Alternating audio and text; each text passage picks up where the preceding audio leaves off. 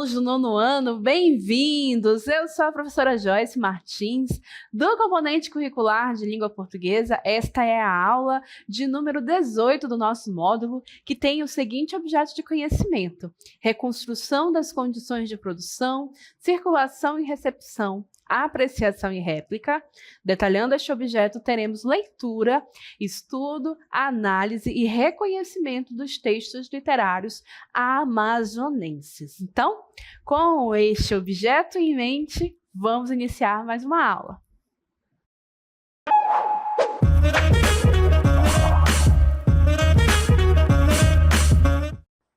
Muito bem, pessoal. Então, o nosso detalhamento de objeto citou aí para nós que temos um trabalho com textos literários amazonenses, ok? Então, em especial para esta aula, nós fizemos um recorte que tem aí a ênfase na questão dos textos e literaturas que abordam a questão indígena, certo? E aí, para nos ajudar a construir um contexto e também para recuperar os nossos conhecimentos prévios, eu lanço a vocês uma pergunta. Vamos lá, então. O que a sociedade não indígena conhece sobre os povos indígenas? E aí, nesse processo, façamos uma reflexão a cada um de nós, voltada a cada um de nós, estudante, professor, sobre isto. O que será que nós conhecemos sobre os povos indígenas? Para nos ajudar nessa reflexão, nós questionamos a duas pessoas. E o que será que elas responderam? Será que elas conhecem bastante? Será que têm um conhecimento apenas superficial? Então vamos acompanhar o que foi que elas responderam para nós sobre essa questão.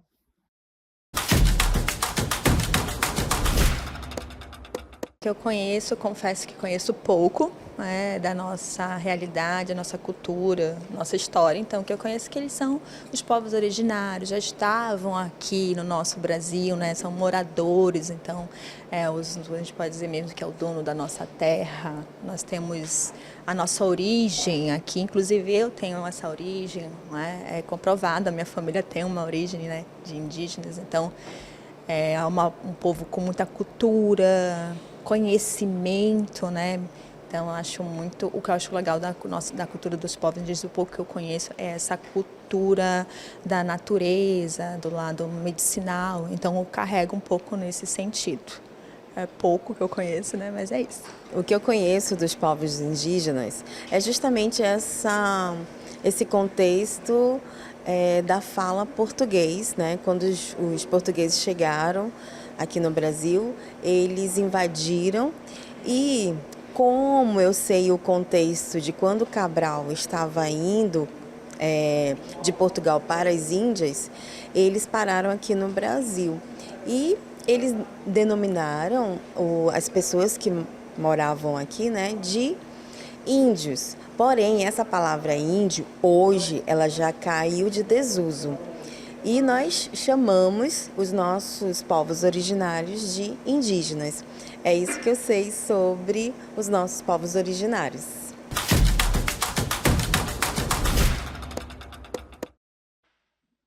Bom, como nós vimos nas falas das nossas colegas, né?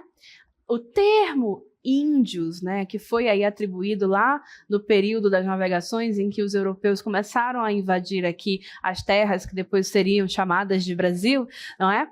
É um termo que uniformizou de maneira errônea, né, todas as nações que aqui habitavam, né, chamando de índios como se fosse um povo único e ignorando as particularidades de cada uma das culturas, porque nós sabemos que, na verdade, eram muitos povos, cada um aí com a sua cultura, língua, formas de crer que eram específicas de cada um, né? E nesse processo também houve aí, de certa forma, um afastamento, que, vamos dizer, de certa forma, se mantém até os dias atuais, né? Nós, não indígenas, muitas vezes conhecemos muito pouco a respeito dos aspectos culturais dos povos indígenas, né? Há talvez alguma aproximação, mas em geral nós não temos essa aproximação e esse conhecimento a respeito, né, das línguas, das crenças e assim por diante. E por que eu estou trazendo essa questão aqui para vocês? Gente, porque isso vai se refletir nos textos literários, né? Os textos literários vão acabar por espelhar esse aspecto desse afastamento, desse não conhecer de maneira aprofundada os povos indígenas. E isso perdurou durante muito tempo, ok? Mas antes de começarmos a tratar dos textos especificamente, a gente tem um dado bem interessante a recuperar nesta aula. Olhem só na cartela o seguinte: só no Brasil existiam cerca de 5 milhões de indígenas quando os portugueses aqui chegaram.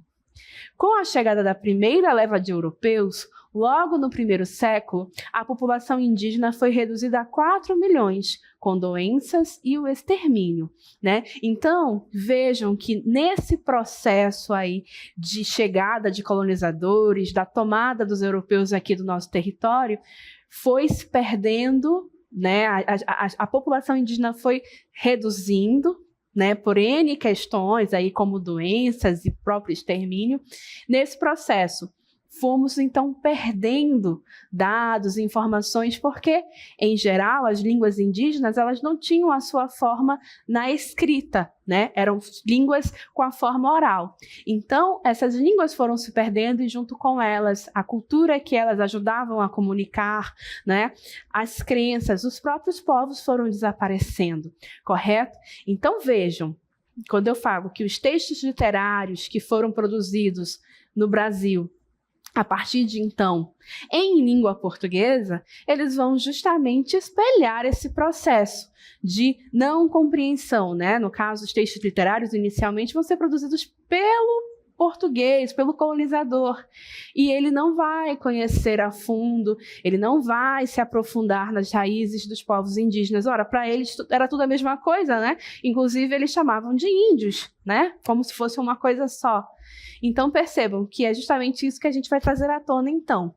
Então, foram textos que foram produzidos a partir desse processo aqui. Nós tínhamos o colonizador, que estava chegando, né, em geral, povos europeus, né? E eles iriam produzir em seu texto, de alguma forma, inserir os indígenas que existiam naquela época, mas como é que era esse processo? Posso passar para a próxima tela, por favor?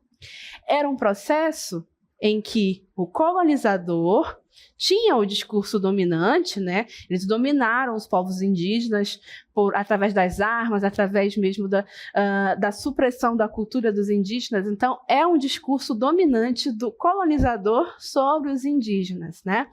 Então, eles vão partir da sua forma de enxergar o mundo, a forma como o colonizador enxergava o mundo, entendia o mundo, falando sobre esse indígena, sobre esses indígenas. Então, pode passar a próxima tela. É um discurso, é um olhar, é uma escrita, é uma literatura que vai falar sobre indígenas de uma forma cheia de estereótipos, né? Vai pegar como se... Lembra do termo índios? Como se tudo fosse uma coisa só, como se eles fossem uniformizados, né? Vai estereotipando e vai partindo do ponto de vista do colonizador, do europeu, da forma como o europeu entendia o mundo, a cultura europeia, olhando para o indígena e falando dele e inserindo esse indígena nos textos literários. Fossem eles textos de literatura artística, ou fossem eles textos de literatura de informação, que vamos dizer assim, que foram os primeiros textos de fato efetivamente escritos em língua portuguesa no Brasil, que foram os textos de literatura de informação, ok? Que eram textos mais para conhecer, né, para o europeu saber o que tinha aqui no Brasil, né? Então, eles iam abordar o indígena ali também, e de uma forma quase como se fosse um ser que não tinha profundidade, que não tinha crença e assim por diante. Então, temos que ter isto aqui em mente. E aí, então, como representação dessa maneira, sempre dessa visão de mundo em que o colonizador fala sobre o indígena, eu vou trazer para vocês um texto que é considerado o primeiro texto de literatura produzido no Amazonas, tá? De literatura amazonense. É considerado, é tido dessa forma, tá bom? E é um texto que se chama Muraida, ou Muraida. Foi escrito por Henrique João Wilkins, no período colonial, exatamente. E, como eu falei, como eu já citei para vocês, este texto, ele é tido como o primeiro documento literário do Amazonas, tá? E como é que esse texto se configura? Ele é justamente um poema épico. O que é isso, professora? Ora, poema épico é justamente uma forma de escrever poemas que data aí lá da tradição clássica da Grécia Antiga, que é um texto que vai falar sobre os grandes feitos de um herói, certo? Este herói não é o herói de capa que voa, que a gente vê no cinema, não, tá? O conceito de herói aqui, ele vai um pouco além. É um ser humano que tem grandes feitos, né? Ele faz grandes coisas. E ele é herói porque a história narrada ali se centra nele, né? E embora seja um texto que é feito na forma de um poema, mas ele vai se configurar e vai se apresentar como uma narração, ou seja, conta uma história ali, tá? E tem esse herói como um protagonista desses feitos, dessas questões, tá bom? Então, é um poema épico que vai abordar justamente esses 4 elementos principais: a narração, o heroísmo, né? Um assunto que é nacional, é característico desse texto nacional, aqui do Amazonas, e o aspecto do maravilhoso. Como assim, professor, o maravilhoso? Ora, vai ter aí a intercorrência de alguns elementos considerados sobrenaturais, elementos que não pertencem a esse mundo terreno, a este ambiente real que nós vivemos. Então, aqui a presença do maravilhoso. E no contexto desse texto Muraida, em que eu comentei com vocês que tem aí a figura do herói, a depender do texto épico, esse herói vai se modificando, vão sendo personagens diferentes. No caso da Muraida, que é esse primeiro texto de literatura amazonense, é considerado o herói, né? Quem é que é o herói desse texto? É o cristianismo, isso mesmo. Percebam que vai ser um texto que vai buscar retratar, demonstrar ali o processo em que os indígenas estão sendo convertidos, estão se convertendo ao cristianismo. Ora, como é um texto escrito por alguém de formação cristã, por alguém que vai ser aí representante, vamos dizer assim, desse olhar do colonizador sobre o indígena, ele vai colocar ali o cristianismo como algo positivo e como um processo heróico dentro do contexto, né? E, no caso, esse cristianismo vai ser materializado ali dentro do texto por meio de um anjo. Esse anjo disfarçado de indígena Mura, né? Porque o texto se chama Muraida, justamente porque vai se dar ali no contexto dos Mura, do povo Mura, ok? A gente separou um trecho deste poema épico, que é longo, para vocês conhecerem esse texto, tá bom? Então, agora acompanhem a leitura.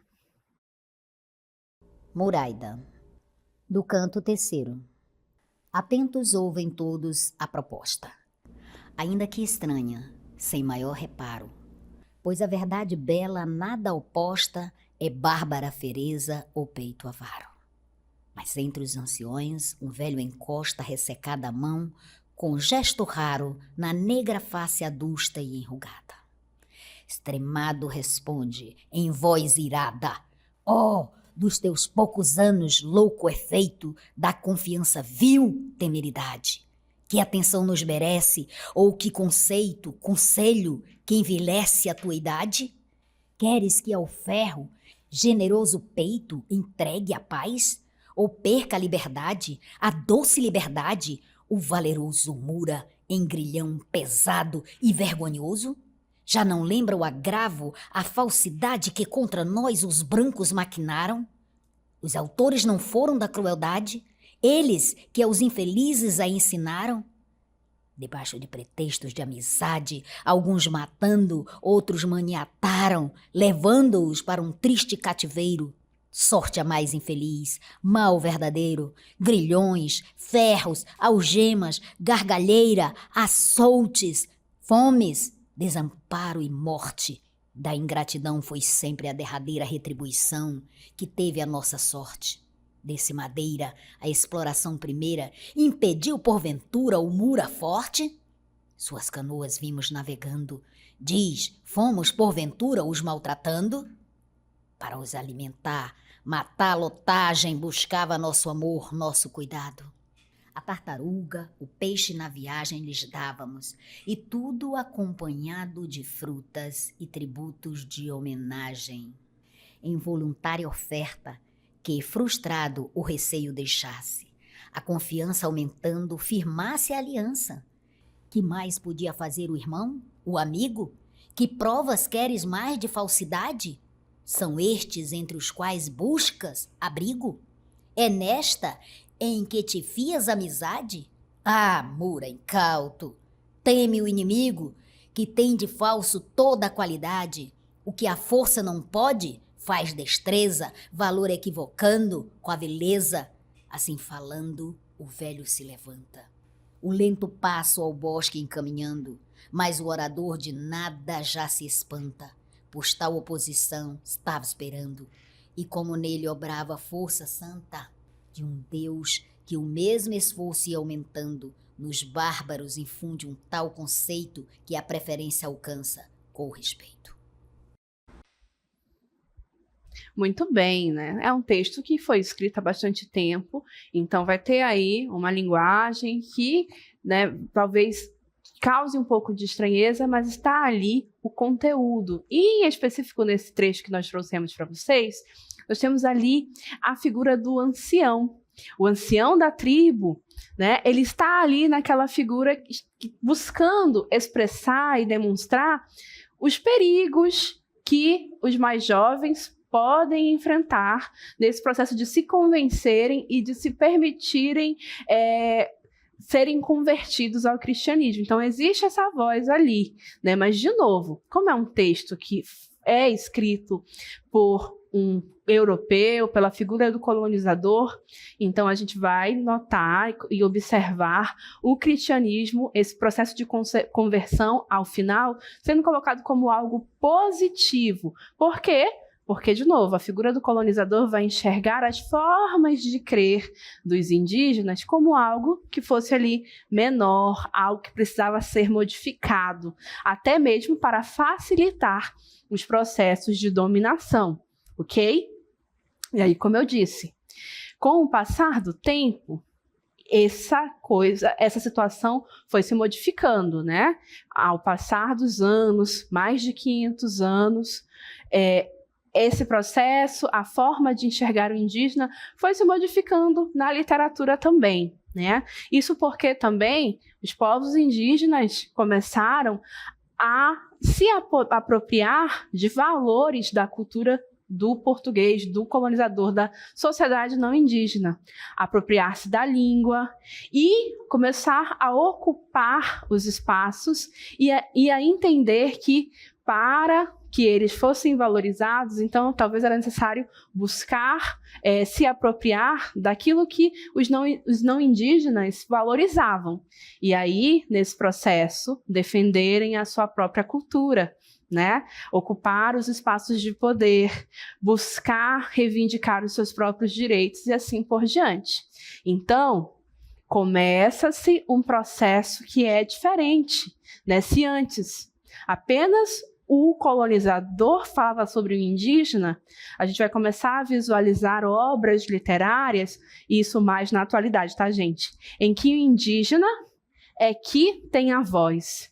É o próprio indígena que vai fazer a exposição da sua diversidade, né? Então, cada indígena, cada representante de um povo indígena vai se empoderar para expor a sua diversidade por meio dos textos e expor a sua forma de crer e assim por diante.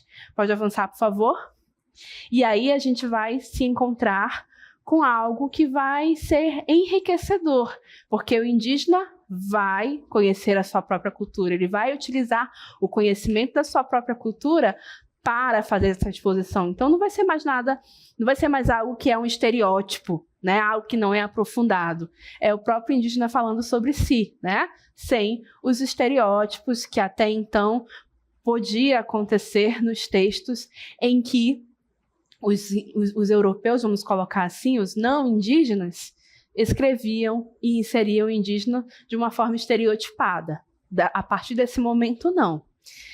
Esse texto que a gente vai trazer agora para vocês foi um texto que foi escrito ali na década de 1980, mais ou menos. E o que a gente vai encontrar nesse texto?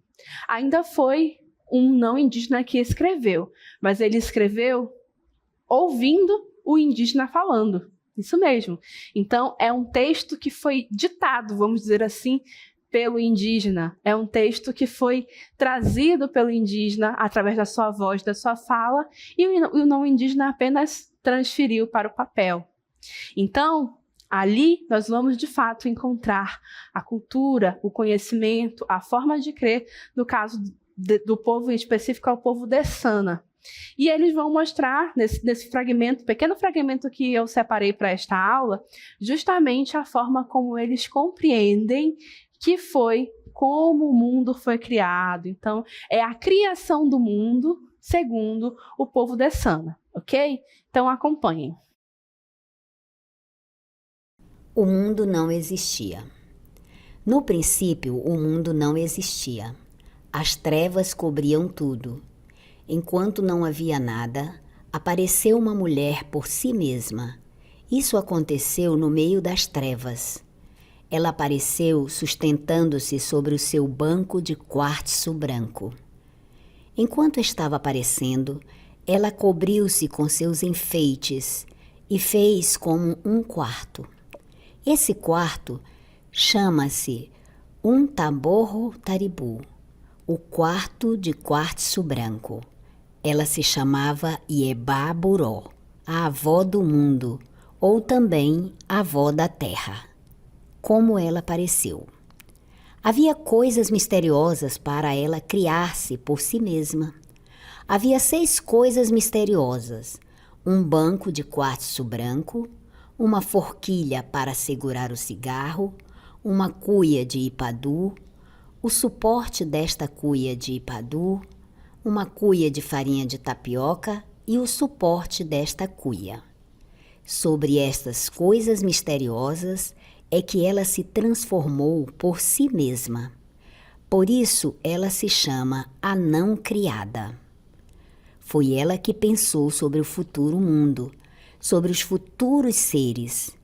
Depois de ter aparecido, ela começou a pensar como deveria ser o mundo. No seu quarto de quartzo branco, ela comeu Ipadu, fumou o cigarro e se pôs a pensar como deveria ser o mundo. Então vejam que nesse trecho que nós separamos aí para vocês, a gente vai observar justamente a forma como o povo Dessana do Alto Rio Negro crê e compreende como o mundo foi criado. Certamente, esse texto não seria escrito por um não indígena ou por um colonizador lá do início, né, do processo de tomada do Brasil e assim por diante. Por quê? Porque certamente, no ponto de vista do colonizador, isso seria abordado como algo que não estava de acordo com os valores cristãos, então precisava ser modificado. E se precisava ser modificado, de maneira alguma poderia ser escrito, porque uma vez escrito, registrado, isso vai passar adiante, isso vai alcançar outras gerações. Então não, era algo que precisaria ser suprimido. E aí, naquele processo, a gente observa como é que eles acreditavam e acreditam como o mundo foi criado. Então, para eles, tem lá, né, a criadora, a forma como ela se pôs quando nada existia ainda, e como ela se pôs a começar a pensar como seria o mundo, como seriam os animais. O texto fala, foi ela que pensou sobre tudo isso, correto? Então, vejam como é diferente. Enquanto que o primeiro texto escrito por um não indígena, na posição ainda ali de colonizador e de propagador, vamos dizer assim, de uma cultura europeia, não indígena, querendo se sobrepor aos indígenas, o que ele estava fazendo ali? Ele estava exaltando o processo de conversão e colocando o processo de conversão, o próprio cristianismo, como um processo heróico, como algo positivo. No segundo texto, o que a gente vai observar é justamente o processo de valorização do povo indígena, da sua cultura e da sua forma particular de crer. Por quê? Porque a partir desse momento, quem tem a voz é o próprio indígena. E ambos os textos são textos de literatura, mas cada um, a seu tempo, vai espelhar justamente o contexto no qual eles foram produzidos. Então é por isso que sempre que nós olharmos para um texto, seja ele de literatura ou não, nós precisamos compreender em que condições aquele texto foi produzido. Quem foi que escreveu, como escreveu, por que escreveu e em que contexto que essa pessoa estava inserida. Ora, como eu comentei, esse segundo texto foi escrito ali pelos anos de 1980, mais ou menos. E ainda foi no processo de ditar, né? O indígena ditando ao não indígena. Mas entendam que esse avanço dos indígenas em propagar a sua própria cultura através da escrita na língua portuguesa avançou. Na atualidade, é possível, extremamente possível, a presença e você encontrar, se deparar com textos escritos pelos próprios indígenas, tá? Em língua portuguesa. E muitos desses textos você vai observar escrito na língua materna de cada um deles e ao lado em português. Então vejam o quanto que foi possível avançar nesse entendimento e nessa compreensão. Mas nada desse avanço, dessa compreensão foi possível sem luta, né? Eles tiveram que lutar, tiveram que sobreviver aos processos de colonização para poder fazer valer a voz de cada um deles e conseguir, sim, a valorização, a expressão sem estereótipos, né? Como a gente vê nesse segundo texto, já é a narração daquele processo de criação sem uma voz ali julgando o valor, sem uma voz dizendo que aquilo é menor, que aquilo é pequeno, que aquilo deve ser mudado, deve ser destituído, que aquilo não pode ser levado adiante. Muito pelo contrário, é a narração, né, da forma como se crer, ok? E assim, nós vamos encerrando essa aula na qual nós podemos justamente fazer essa reflexão, não é, sobre como o texto literário, ao seu tempo de produção, vai espelhar processos, vai espelhar a forma como a sociedade compreende as coisas, o contexto no qual as coisas acontecem, ok?